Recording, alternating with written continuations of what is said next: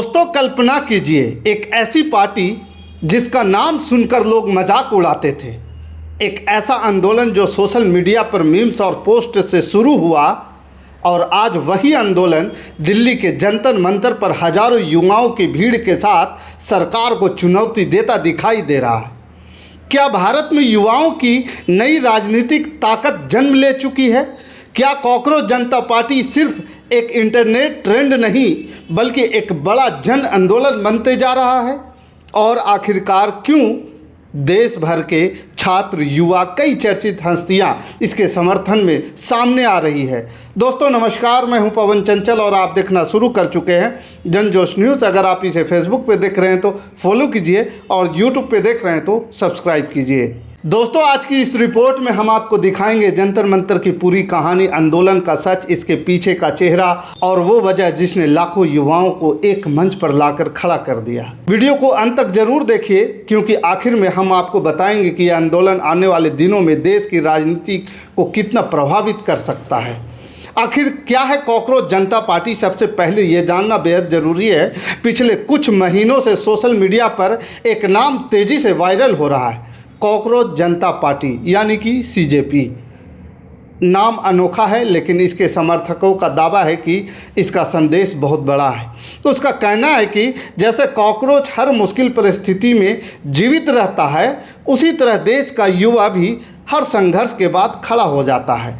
यही सोच इस आंदोलन की पहचान बन गई है। धीरे धीरे सोशल मीडिया पर लाखों युवाओं ने इस अभियान को समर्थन देना शुरू कर दिया। फिर आया वो दिन जिसने पूरे देश का ध्यान अपनी ओर खींच लिया।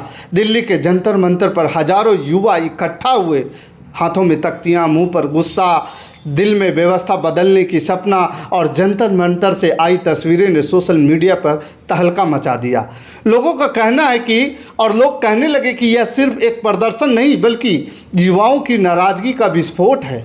इस आंदोलन को और चर्चा तब मिल गई जब इसके संस्थापक अभिजीत दीपके अमेरिका से सीधे दिल्ली पहुंचे और बताया जाता है कि जंतर मंतर पहुंचकर उन्होंने आंदोलन का नेतृत्व संभाला। उनके भाषणों और सोशल मीडिया संदेशों को लाखों बार देखा गया। समर्थकों का दावा है कि यह आंदोलन किसी एक व्यक्ति का नहीं बल्कि उन लाखों छात्रों की आवाज़ है जो परीक्षा प्रणाली में पारदर्शिता चाहते हैं।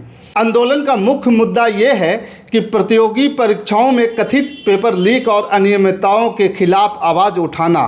प्रदर्शनकारी जो मांग कर रहे हैं कि परीक्षा प्रणाली को पूरी तरह पारदर्शी बनाया जाए, दोषियों पर सख्त कार्रवाई हो और छात्रों के भविष्य से खिलवाड़ करने वाले को बर्खास्त किया जाए और उनको बख्शा न जाए। इसके साथ ही शिक्षा मंत्री धर्मेंद्र प्रधान के इस्तीफे की मांग तेज हो गई है और आंदोलन का प्रमुख हिस्सा बन गई है।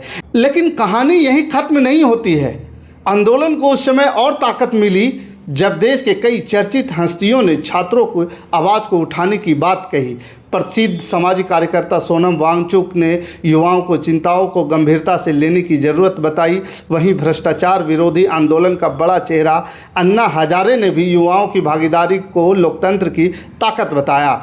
इस बयानों के बाद आंदोलन को राष्ट्रीय स्तर पर और ज़्यादा चर्चा मिलने लगी। आज के दौर में सिर्फ सड़क पर भी भीड़ जुटाना काफ़ी नहीं होता है, असली लड़ाई सोशल मीडिया पर भी लड़ी जाती है और यही कॉकरोच जनता पार्टी ने सबसे ज़्यादा प्रभाव दिखाया। इंस्टाग्राम, यूट्यूब, एक्स और फेसबुक पर लाखों पोस्ट शेयर किए गए, हैशटैग ट्रेंड करने लगे, वीडियो वायरल होने लगा और देखते ही देखते यह आंदोलन देश भर के युवाओं की चर्चा का विषय बन गया। राजनीतिक विशेषज्ञ मानते हैं कि शिक्षा और रोजगार जैसे मुद्दे सीधे करोड़ों परिवारों को प्रभावित करते हैं। जब छात्र सड़कों पर उतरते हैं तो उसका असर राजनीति पर भी पड़ता है और यही कारण है कि अब हर किसी की नज़र इस आंदोलन पर टिकी हुई है।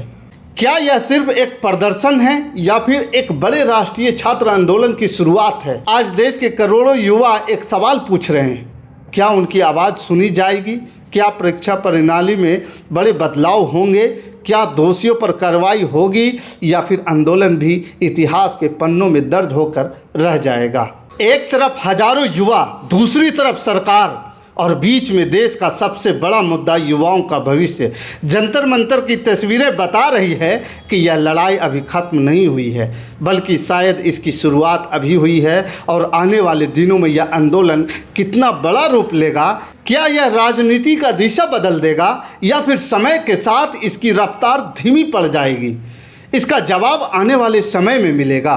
बाकी आपका क्या विचार है? क्या छात्रों और युवाओं की यह आवाज़ बदलाव ला सकती है? कमेंट में आप हमें ज़रूर बताइएगा। हमारे साथ बने रहने के लिए धन्यवाद। जय हिंद, जय भारत।